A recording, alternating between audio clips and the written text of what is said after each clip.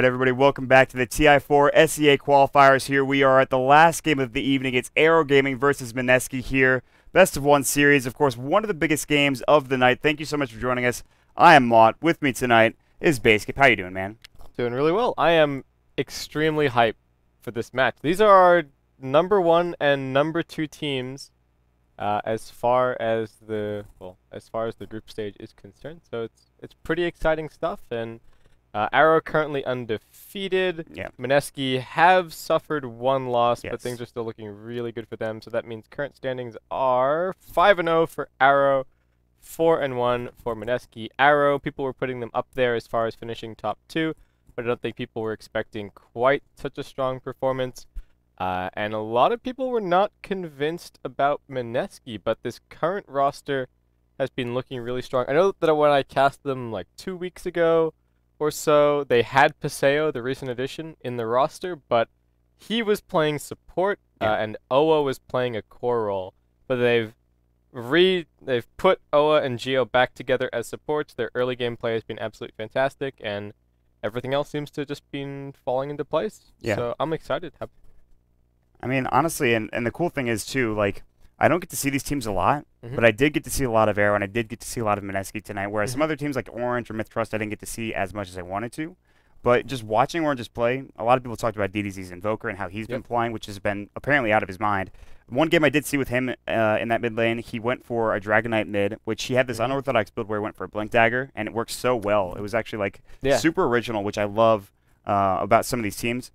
For Mineski, I've been really impressed by the play of Jay, and you know, his Shadow Fiend obviously in that one game, which I think you were there for during the Scythe game. I mean, we talked about the hype, how good that was. His item choice was a bit questionable, but like play was pretty good. Yeah, exactly. He played well. Jesse Vash on point. I think ASXC also, they just played a game, I believe, against, I was just casting a game against First Departures, Mineski versus First Departure. Greg and I were doing that, and ASXC did some freaking work, and I gotta say, I'm excited to see what they can bring. We are going to jump into the draft. We've got some disconnects coming out from Mineski here, but hopefully everything is going to be just fine as we get underway here with the last game of the evening, guys. Thank you so much for joining us. Oops. As we make our way, if I could find it, into the draft. So, already, jumping in, Aero pick up the Doom and the Shadow Demon, and then Mineski pick up the Invoker and the Wraith King. So, Mineski, somebody that I've seen a lot of Invoker play, well, not a lot of, but really the only Mineski games I've seen, which were admittedly a couple months ago, was Jay on the Invoker. And I'm not sure if he still plays that, but he was an outstanding Quas Exhort Invoker player. He was hitting Sunstrikes left and right, doing a really nice job with pretty much all of his abilities. I don't know, are they going to give it to Jay this time around, or are they going to maybe land it up for somebody else here? No, I think it's going to be Jay. I think it'll be pretty. There's just the roles that we've been seeing from Mineski up until this point in the qualifier, and I like the way that the draft has played out for them. Invoker's been a really big focal point as far as the SEA qualifier has been concerned, so no big surprise to see him as the first pick. Aero feel that they have a pretty good response against the Invoker in the Doom, and then Gigabyte, well, they see the Doom, Mineski, sorry, they see the Doom and they say, well, look, we're going to go back to the roots of what people have been picking against Doom. They go for the Wraith King. So I'm personally expecting to see your core Midas Blink Wraith King here, just making space for the Invoker in fight. So the team fight plays out, Wraith King blinks in, stuns the Doom, or stuns whoever he can find. Maybe he needs to stun the Shadow Demon to prevent defensive disruptions, and then the Invoker is free to just absolutely go nuts. So I'm a really big fan of these glass cannon semi-carries like Invoker, TA, Mirana, SF when they're paired up with a core Wraith King, because he just makes so much damn space in team fights. Yeah, because you're not going to want it just Wraith King, and that gives you all the room for the Invoker, like you said, to do work. So I think that it's a really smart pickup coming out from Mineski. I like the first 2 picks, especially like you said with the Wraith King against the Doom. It's not, I don't know if I want to call it a counter to the Doom. It's just good against. It's good against, exactly. And I like seeing it. But for Aero Gaming, they pick up the Brewmaster, a hero that we see more and more recently. We've seen a lot in the American qualifiers, a hero that I think is very, very solid. I was going to say there was that Treant Protector that was available for Aero Gaming. We've seen so much of the Shadow Demon and the Treant Protector. We saw it for Mineski in a couple games as well. So maybe they pick it up here with the Wraith King. I'm not sure if they want to go for that. I'm not sure how well it synergizes with the Wraith King. Might be okay for roaming as a support. But I don't know. They've got a lot of options here, I think. So Yeah. we're gonna get a pick here in just 1 minute 26 seconds. Yeah, that's actually. I No, mean, we don't know. This is not our. yeah, this is in our setup. this is in our studio. We're getting schooled by Roland Yes. right now, who's giving us some lessons on how to switch off the lights and not blind ourselves here. You have to understand, like, I come from like New York, cast at my house. Like, I'm not used to all the studio production rolling. Yeah, right? yeah. Yeah, Yeah, all we're good. We're good. We're in our game. Oh. Oh yeah, That's not good. that's not good. Okay, so we've got apparently server issues. Hopefully, people are able to still get into Dota TV and whatnot. I don't know if I don't even know if this is going to proceed. Maybe we'll. Yeah, maybe I don't know if DDZ is gonna be able to reconnect.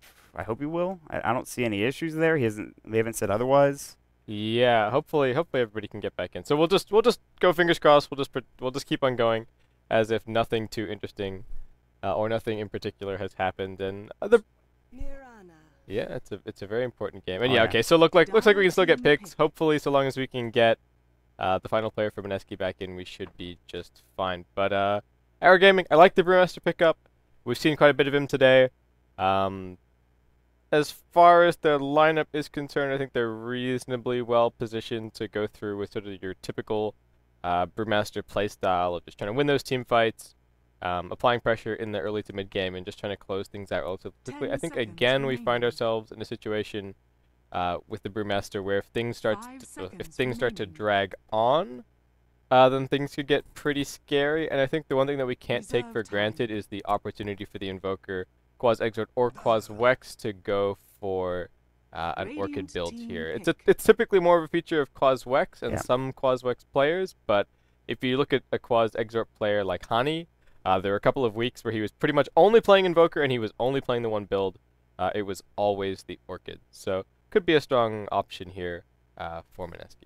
Yeah, I think it's pretty viable against the Brewmaster specifically. You silence him before he gets that ult off, which is not easy to do, especially if he has a Blink Dagger. Blink Clap into that Primal 10 Split. That's not seconds that's remaining. not difficult to stop from happening. So, or it is difficult rather, I should say. But 5 seconds remaining. I do like the Dazzle pickup from Arrow Gaming. Shadow Demon and Dazzle. That was kind of the combo we saw a lot of in 6.80, especially in the American scene too. That heal bomb is really nice with Shadow Wave.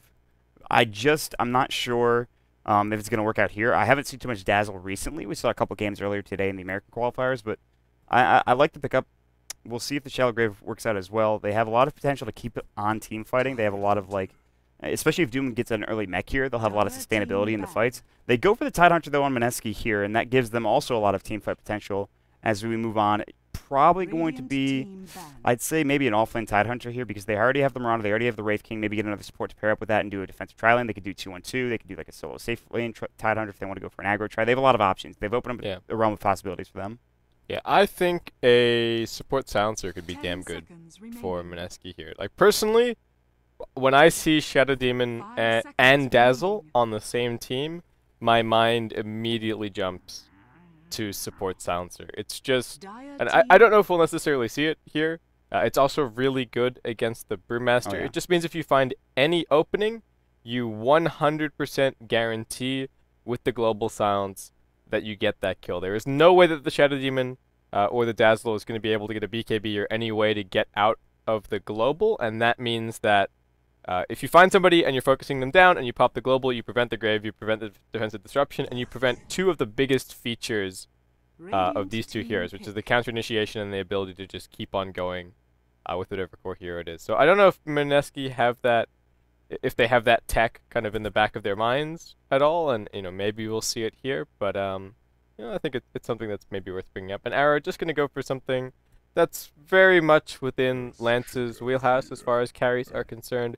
They end up with the Morphling. Mineski just gonna add more team fight to the pile as they pick up the Earthshaker. So, okay, looks like Core Wraith King, offlane Tidehunter, and then Mirana and Earthshaker as the supports. Yeah, and that's actually kind of interesting. I don't know how I feel with the Core Wraith King. I think it's actually probably fine in this situation. The way Zephyr played it earlier, maybe not as much. I mean, I think you saw that game, Yeah. and that just didn't seem to go their way. But I honestly, I would have. Listen, man, I'm all for the support silencer, but like, I just don't know any team that picks that up. And you make a really valid point. Like, that's huge. Like, that global silence against those heroes is like really strong. I wish more people would pick it up, but that's not the case. They'll pick up the Earthshaker and they'll get a bit more team fight here for Mineski. So See, the big problem with Silencer is that with default cosmetics, he looks really stupid. So his that's hat, the reason. his hat is just really silly. Look, I'm telling you, Elder Titan made more competitively viable. He got some changes obviously, but he also got a set that has mythical items in it, and for some people. That's actually a significant contribution. Listen, I can't pick this hero, man. His items suck. I can't do it. He looks so bad. I can't. He looks dumb, man. Like that's it. So, no, but I don't want my stupid comments to take away from what I think is the validity of the Silencer pick. It is something that I've been. I think there's been some opportunities. We're starting to see people realize that a lot of the heroes that we're seeing game after game. In both of the American and the SEA qualifiers are being dealt with pretty well by silences, and I think eventually we might be seeing a little bit of it. It might just take a while for the meta to shift its eye in that direction. And I think that's the nature of the game right now. Like for every patch, you need a couple weeks to kind of readjust. And I mean, how many weeks did it take for some of these heroes that are getting picked now to see the light of day? How many patches did it take for Miranda to actually become viable? So. There's always that interesting thing where heroes are going to start getting into the meta, and we'll see if the meta changes here. But we do have this game underway, a bit of a microcosm. It's going to be a one-game series, obviously. Pretty much a lot on the line for both of these teams. Probably the biggest game of the night in terms of standings-wise. We already talked about it. Arrow going undefeated. They are 5-0 right now, looking for their 6th win and maybe even a playoff spot. Mineski, they're 4-1. So without further ado, for Mineski, we've got ASXC. He'll be on the Wraith King. We have Oa will be on the Earthshaker. You could correct me as well if I mispronounce the names, because I know I do that to people about American Dota as well. So G will be on the Mirana. We'll have J in that mid lane on the Invoker, and then off lane it's going to be the Tidehunter played by Jesse Vash. Yeah, and very quickly for Arrow, we have Lance handling the Morphling. Johnny's going to be over on the Shadow Demon. Mosin on the Dazzle, heading towards mid. DDZ. Name that's being bandied around a little bit as far as this qualifier is concerned. He's going to be over on the Brewmaster, and to round out the lineup, Zhang Zai is going to walk up a cliff, decide that he doesn't want any of that, and then run straight down the hill on the Doom. He's actually in a little bit of trouble here. Do they have enough damage? Do they have the body blocks? Oh, damn, look at those body blocks. So sick, but he's going to try to juke the other way. What is he doing? He's thinking about going to the Roche pit. Maybe not. He's going to try to deny himself here. Can he get it done? Roche is going to hit him. He will get killed by Roche.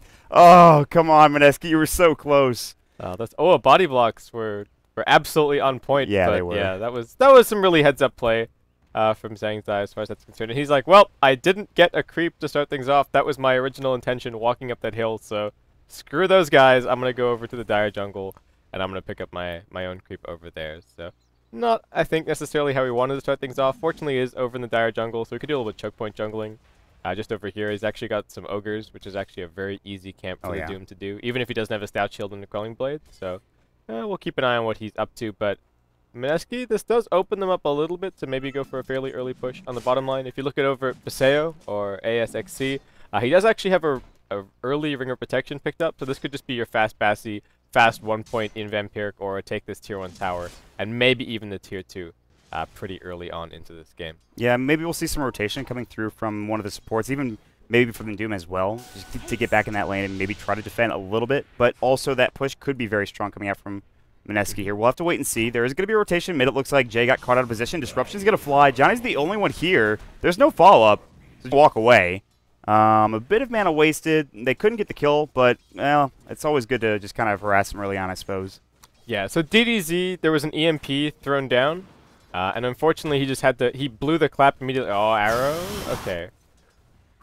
Close. It's a sigh of relief for DDZ. But yeah, so because of the EMP, he just had to blow the clap on the Invoker. Otherwise, he would have lost that mana anyway. Yeah. And that meant that when the Shadow Demon came in for the disruption, there was just nothing left for another Thunderclap. And Johnny going to have to go back empty-handed. But not the worst thing. Just going to start being able to run some pulls. Both off lanes have actually just completely ditched.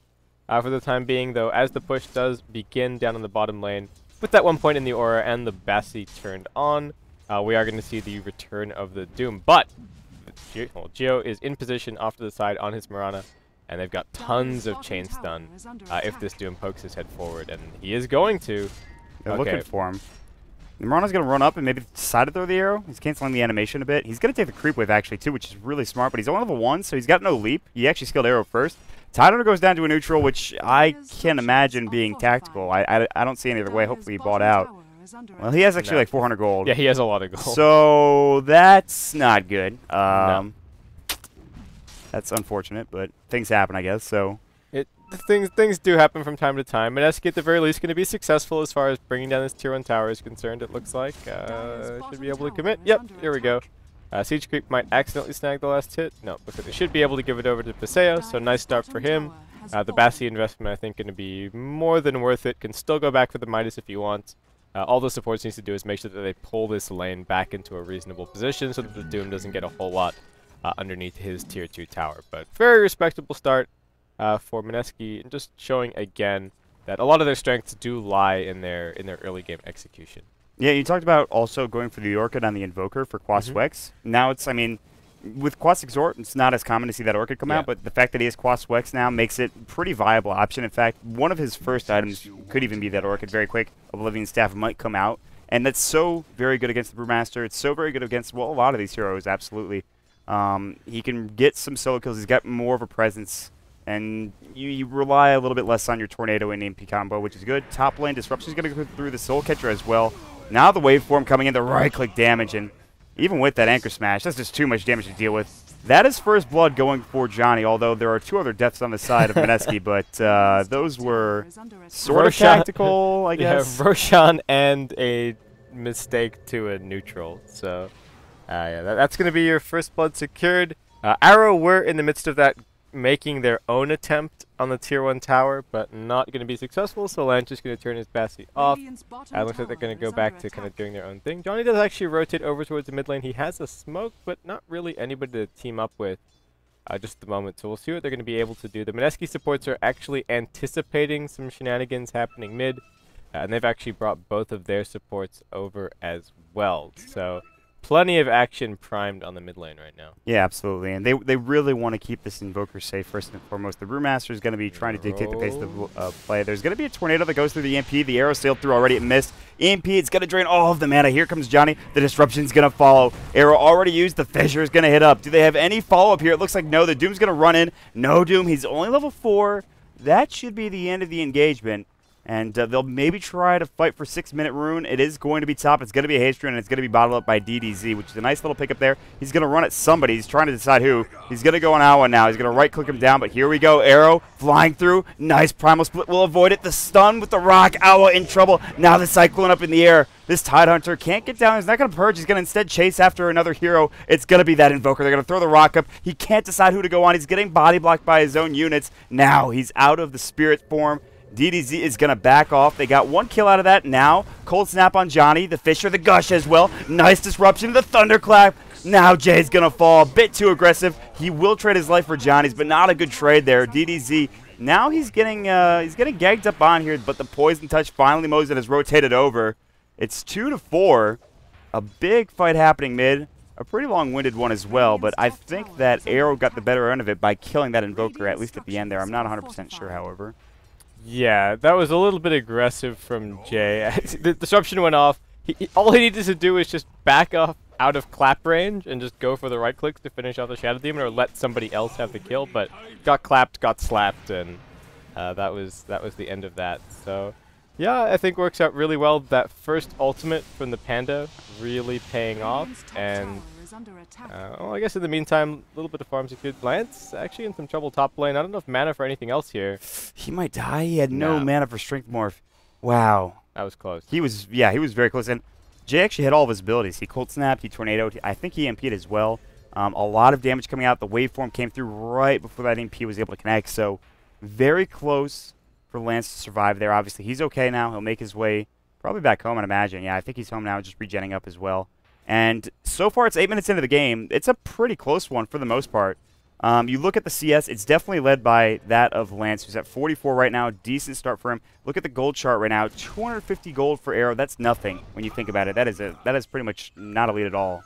So. Yeah, that's chump change at this point in the game. And I'm pretty excited with how this game is playing out. It's pretty even so far, which I think is not too surprising. We've got a lot of potential mid-game team fight coming up, just looking at both rosters. Arrow want to fight because they have the Brewmaster. and the Doom. Mineski really want to try and take some fights because they've got this Wraith King, the Tidehunter, and the Quaswex Invoker, notably. So there's plenty of action going on. Smoke starting up for Mineski, heading up towards top lane, and we'll see if they might be a little bit more successful this time around in doing something about Lance. This Morphling only has about 700 HP. If they get a nice EMP off, he won't be able to morph. He's trying to wait for him through. He will get out just in time. The weave comes up as well. The Poison Touch to turn around. Brewmaster gets a kill mid. Actually, with, I think, the help of another hero to take down that poor Jesse Vash. Tidehunter getting caught out of position, who, by the way, is still not level 6. Just trying to get to, of course, level 6 right now as he's leeching that mid experience. That's where he went down. But, yeah, that top lane gank didn't really pan out for the side of Mineski. They really want to take Lance down. He's going to be a bit of an issue. I mean, like, he's going to start carrying pretty hard into the later stages of the game, so. They just let Johnny go. He just poked his head out, dropped a ward, auto-attacked one of them, and they were just like, screw it. We'll let you off free for this one. I mean, they legitimately could have just Fisher blocked him completely, waited for enough mana to regen up for Cold Snap, and then that would have been a freebie. But I don't know, maybe they thought... The 8-minute room was such a long time ago as well that I don't think you can chalk it up to being like, oh, hey, it's just an illusion, or it's the replicate. So that was a little bit odd. That was maybe a freebie that Mineski could have gotten, but they did not end mana up or with. non-kill, I think, or something like that. Just like, listen, man, you've had a rough game. Yeah, it's like, you know, we've both had long days. We can just we can both go home. We don't have to make this into a big thing. But so Lance looking pretty good. I like the way that he's started at the build here. Just the Ring of Aquila and the Power Treads gives you a lot of extra harassment potential. And given that the supports are being roaming around and helping the Brewmaster and whatnot set up kills, it means that if the Tidehunter tries to come back to the lane, he just gets completely bullied by the Morphling, which you can't necessarily do if you just have brown boots and you're rushing straight towards a Lincoln Sphere, for example. So I like the start here from Lance, and otherwise Mineski still just, like you said, waiting around for that absolutely crucial Ravage on the Tidehunter, but they do finally have it, so maybe some opportunities coming up for them in just the next little bit. But there is a Blink Dagger over on DDZ, and I think one thing that's worth pointing out as well for the Brewmaster is that DDZ doesn't seem afraid to just blow his ultimate on getting a single kill, and I think that's exactly the mentality that you need to have with this new cooldown. It's not nearly as much of an investment as it used to be. Yeah, and you know, I like it. I mean, just be aggressive as possible, essentially. And those kills are going to be what brings you that Blink Dagger. It's not necessarily going to be the CS. You don't have the potential to maybe go in jungle as much as you would, say, a Batrider or somebody in the off lane or something like that. So DDZ getting kills and getting assists. He's 2-0-1. That's going to provide at least some supplemental gold, excuse me. So also what I do like is with those rotations from Arrow, they're able to get a lot of experience. The supports are like 6 and 7 coming out for Arrow. That's pretty solid. Or, well, 5 and 6, I guess. The Shadow Demon's a bit far behind. This Dazzle is doing really well. Arcane Boots, level 7. He's got everything he could want in the world right now. Yeah, he's feeling it right now. Blink in, though, mid lane. Primal Split's going to come out the clap as well. The leap away from the Rana. The Fire Panda chasing after the Fisher. That's not going to stop the Primal Split. The Rock's going to fly. Actually, it will. Well, I'm apparently wrong about that, but either way, the Earth Panda's going to get out of there. He's going to, of course, go back to his regular form. He couldn't get the kill that time. Dove a little too far. He didn't really have the help that he needed to get that kill, but a bit unfortunate, I suppose. Yeah, so basically the decision-making there for the Brewmaster was, okay, I see the Invoker, I see the Mirana. I can't kill the Invoker because he's just gonna Ghost Walk, and we didn't bring any anti-invis. But I wanna go for a kill regardless here. So I'm gonna jump the Mirana, and hopefully she does something weird with the leap, and I get the kill. Because I think that was just a fairly low percentage play from DDZ. But again, it's only it's not the longest cooldown ultimate in the world anymore. And it's just going to be another minute and a half until he's got that one back up. So a small window of opportunity for Mineski to potentially exploit, but they're trying to pull Paseo away without having this Blink Dagger quite finished. So it looks like Arrow might actually not... Well, it looks like Arrow might go unpunished, actually, for the fluffed ultimate. Yeah, and even if they get pushed into this tier 2 or tier 1 tower, they still have the farming Morphling just getting at least decent free farm. Nice disjoint coming out from that Wraith Fire Blast. DDZ, his finger on the trigger, and he will get away from that Wraith Fire Blast, which would have been a nice stun to set in something up like an arrow, of course, tornado coming through from the side of Mineski. But instead, they're going to try to push it to tier 1 tower. They can get some help. I don't know if they really want to bring in the Morphling. Lance is farming pretty well. He's got a Perseverance. He's almost got his ultimate orb as well. On the high ground, Wraith Fire Blast. Zhang Jing in some trouble. Zhang Zai He's going to go down. Ravage is going to fly as well. Johnny getting caught in a position. Nice shallow grave coming through. Johnny's still alive. Will he survive? He's got the urn on him right now. They need a shadow wave, but it's on cooldown. The Gush going to finish him off. So it's a 2-for-0 trade. And they will fortify the radiant structures. Down bottom, they're split pushing, but they are going to try to take this tower. Jesse Vash is kind of low. He's got to be careful. A blink and a thunderclap from the Brewmaster. Plus his Primal Split is up in 10 seconds. He's going to go right in now. Primal Split still not available for about 6. There's the Moonlight Shadow. They need detection coming out. Jesse Vash, will he get out of here alive? The Zoom, he can't chase after him. They have no dust popped. Mosin, I don't think, had anything. He had no sentries or dust on him, so they couldn't really keep on going with that engagement. Now Fisher's up. DDZ getting caught up with the Gush. The EMP burning him down. Nice Fisher block coming through. That was beautiful, making sure he couldn't get up to the high ground. He had nowhere to go. Yeah, they gotta buy some damn dust. Like, I think that's the moral of the story here for Arrow. You're up against the Quaswex Invoker, and you're up against the Mirana. As soon as you see that the Mirana is level 6, you just have to be carrying anti-enves at pretty much all times. Johnny does have some sentry wards now, but has cost them a little bit up until this point. And for everything we said about Arrow being able to hold on and probably not being punished for the Brewmaster Ultimate being on cooldown, they probably just needed to forfeit that tier 1 mid. I mean, the tier 1 mid is still up, but they ended up giving away a whole bunch of kills in trying to defend it, and it'll probably die anyway. Nice disruption from Johnny. That was great. Spam that Q button. Tell you what, Split's gonna go though.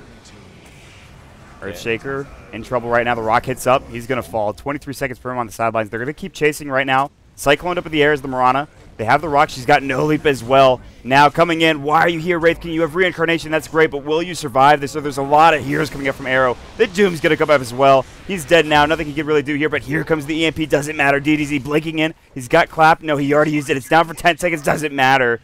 3 dead now on the side of Mineski. They should be able to take this tier 1 tower for Arrow. That is a big victory. And while all that was happening, Lance is farming bottom and split pushing. He's getting the tier 2 tower. He's doing a lot of damage to it. And his Lincoln Sphere is pretty much done here in a couple hundred gold. Yeah, the Morphling's doing really well. Arrow just take a fantastic fight mid lane.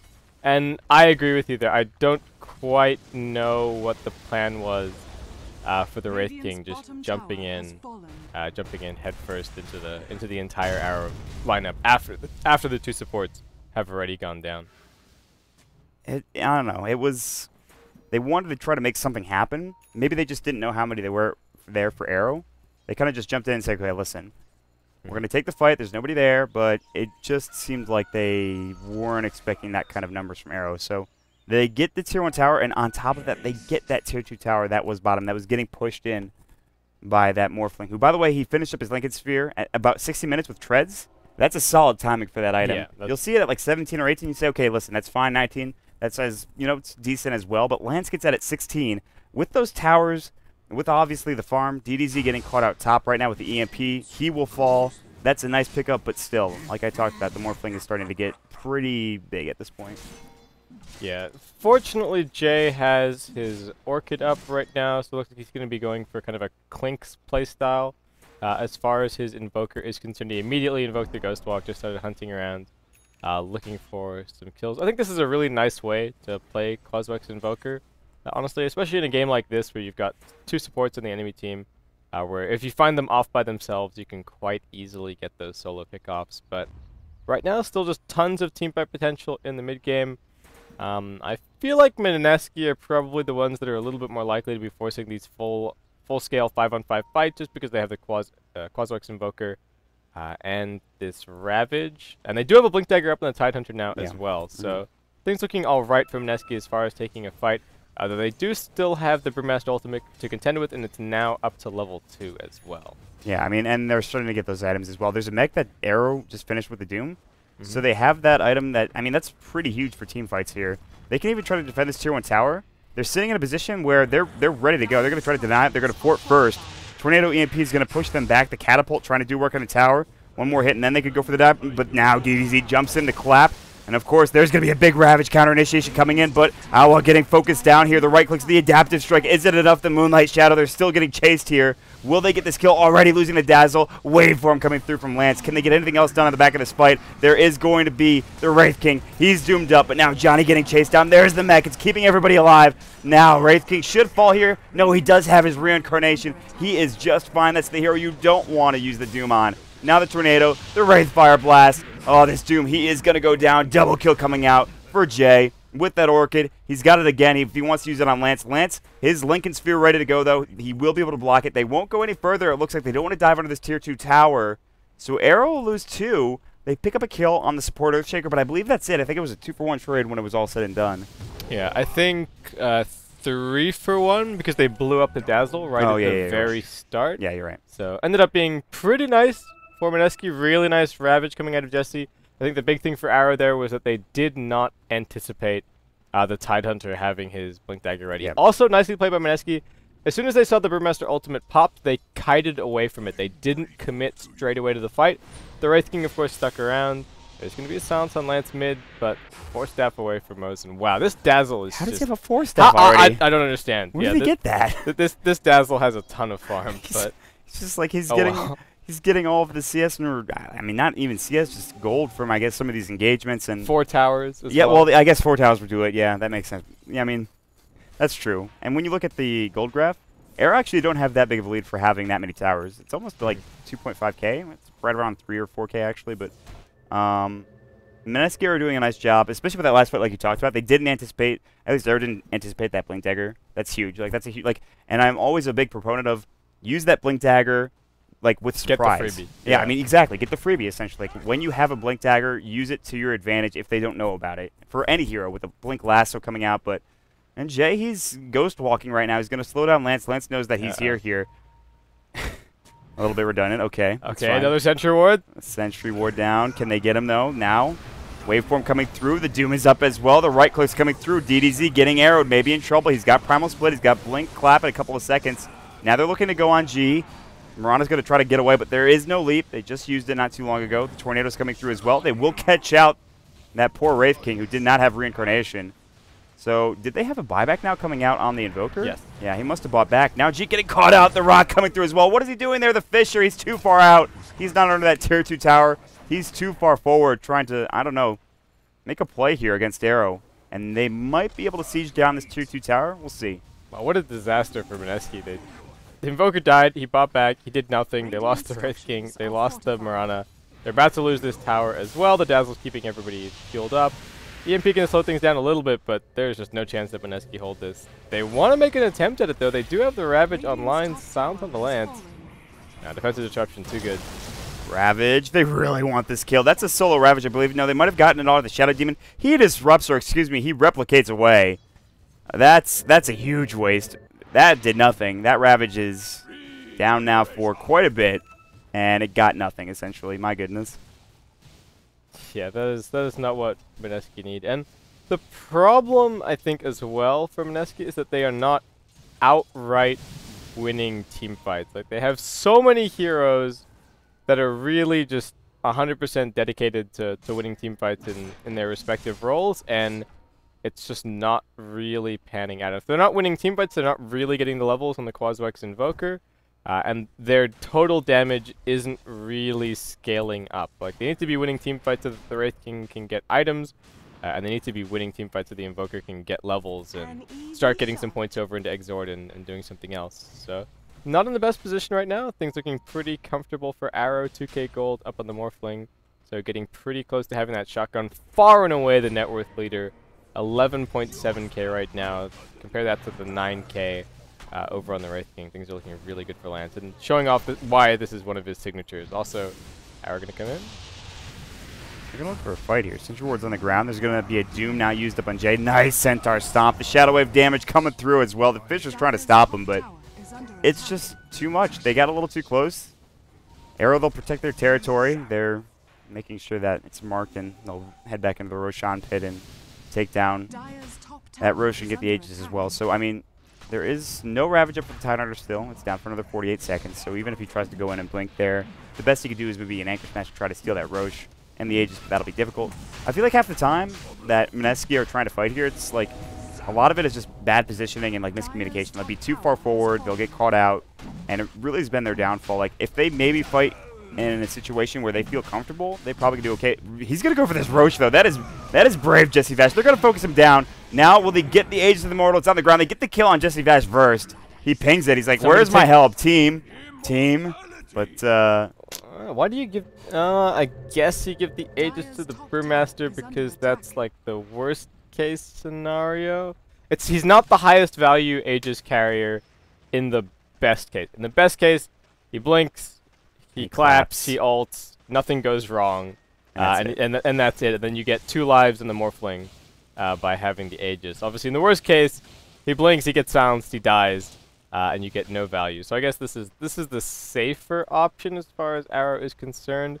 And because they've already got the tier 2s down on both top and bottom lane, I think I actually agree with this overall. I think if they were in a position where they needed to be using the Aegis as more leverage to bring down the tier 2s and then start looking at tier 3s, then probably I think it would be a little bit better on the Morph. But in this case, they're just looking for that one team fight to work out. Yeah. And then they're looking to take a lane of Rax and just really cement their advantage. So I think this is looking pretty good for Arrow. A little bit sloppy here and there from Mineski, and I think again a little bit comes down to miscommunication. They had, even though nobody, well, I guess Jesse went in and he tried to be a little bit Rambo and make some big plays, but they didn't really have any business defending that Roshan so long as Paseo was pushing top lane. Like, he was sitting right underneath the tier 1 tower pushing out the wave, and there's no tier 1 mid, so there's no easy way for the Wraith King to get there. And Arrow know that. They know that Wraith King is top, and they know exactly how long it's going to take him to get over to the pit, and they know that that means that it's just no contest on the Rosh. And that's clear to Arrow, but it seemed like some players on Mineski didn't necessarily agree. And on top of that, Jay got caught out trying to scout things out with the Ghost Walk. So yeah, that was just a little bit weird, but Arrow with a pretty substantial lead, and Moonlight Chat are going to be popped by Mineski.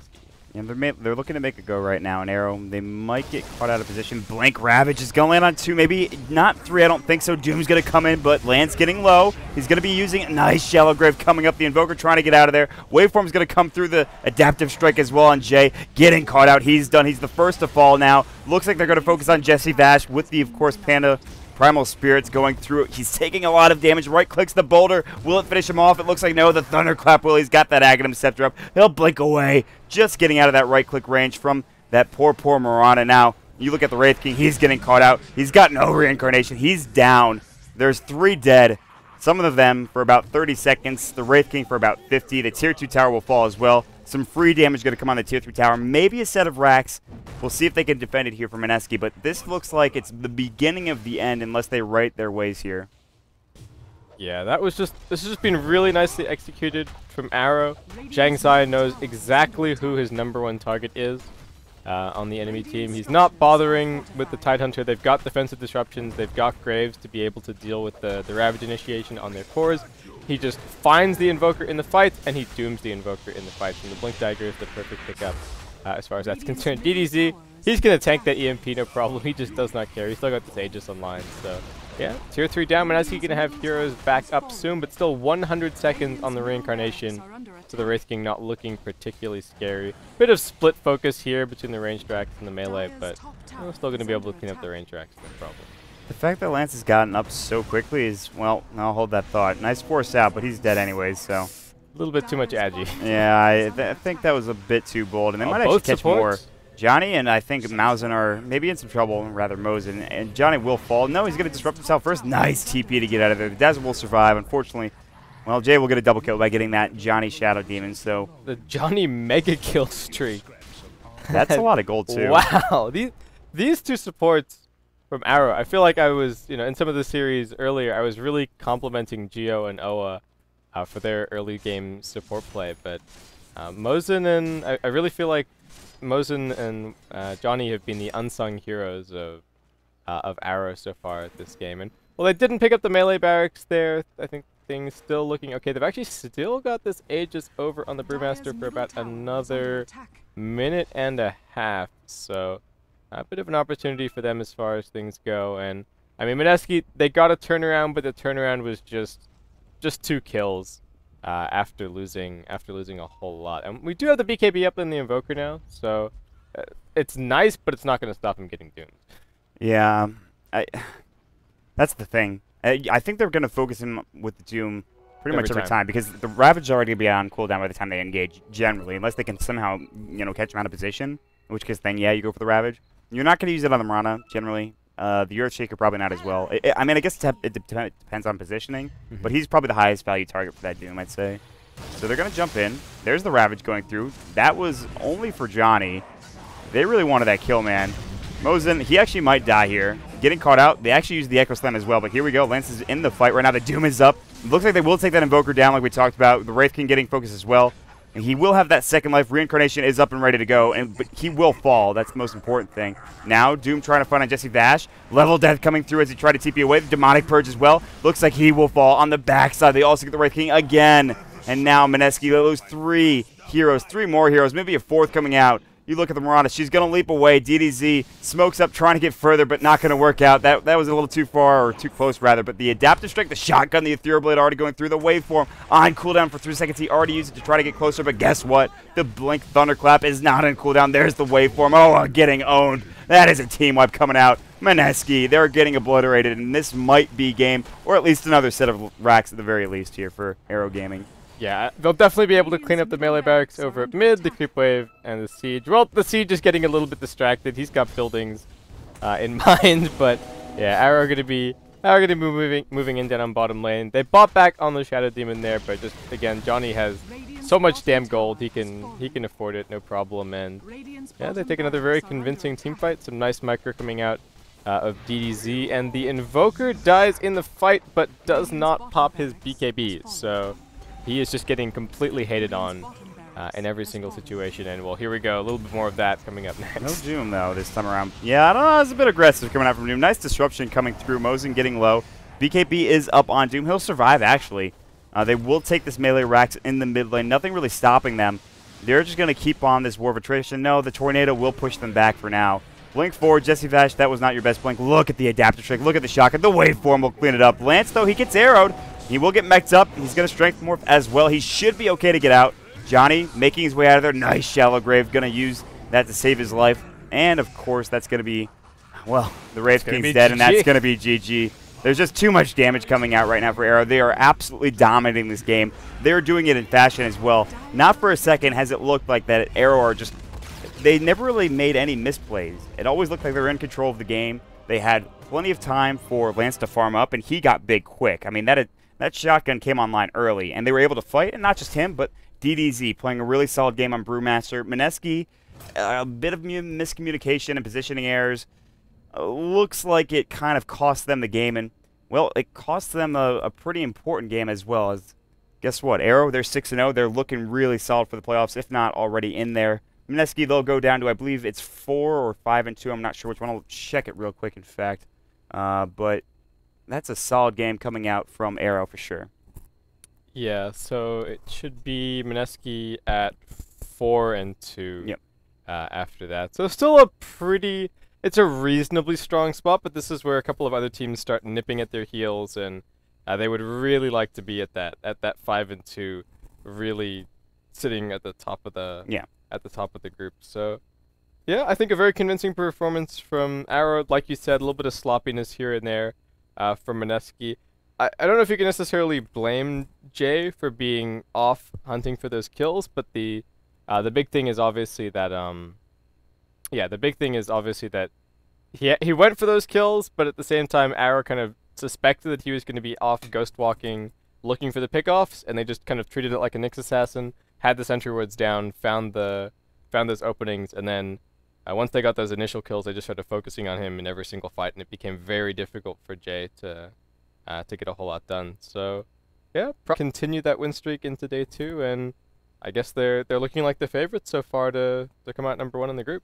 Yeah, absolutely. And that'll be the end of the day for us. And Mm-hmm. I mean, solid play and a lot of exciting games. Some of them were a bit clowny, obviously. I mean, a couple come to mind, but it certainly was exciting, I think. And a lot of us kind of were expecting just some really solid games, but the fact that it was just so fun to watch was, I think, just an added treat to watch. So Yeah.